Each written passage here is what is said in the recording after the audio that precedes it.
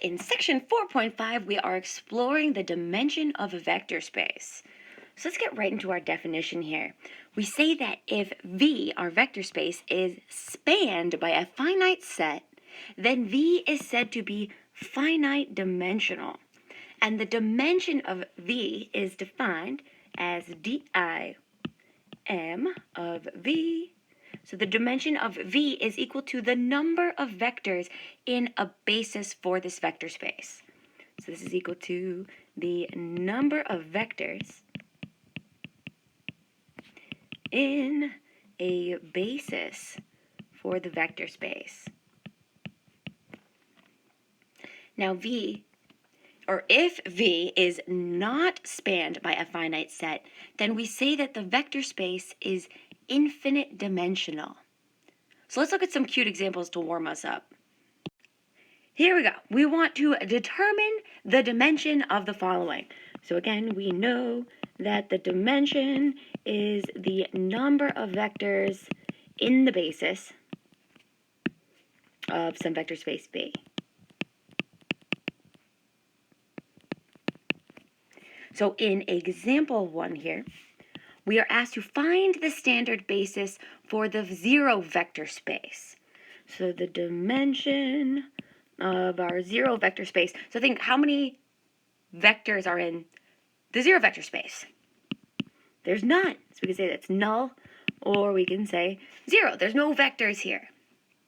In part B, we want, what is the standard basis for R3? So let's take this actually one step further here, and let's think, what is the standard basis for R3? So we know that in R3, we're talking about the vectors in terms of the elementary vectors. So we have E sub 1, E sub 2, E sub 3, and we can count the vectors. 1, 2, 3. So we can say that the dimension of R3 is 3. In part C, we want to know what's the standard basis for a polynomial P sub 3. And again, let's think about what this basis is going to be. So our basis for a third degree polynomial, standard basis would be 1t squared, t cubed, and count the vectors. 1, 2, 3, 4. So we have that the dimension of a polynomial P sub 3 is 4. Right, we can also relate this to our coordinate mapping. We know that a polynomial P sub 3 is mapped to R3 plus 1, which is R4.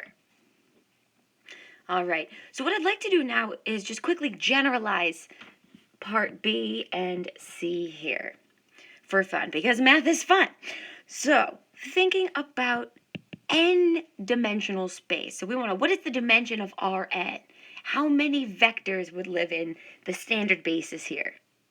And you're right, there are n. And so last but not least, we want to think about, what is the dimension of a polynomial P sub n?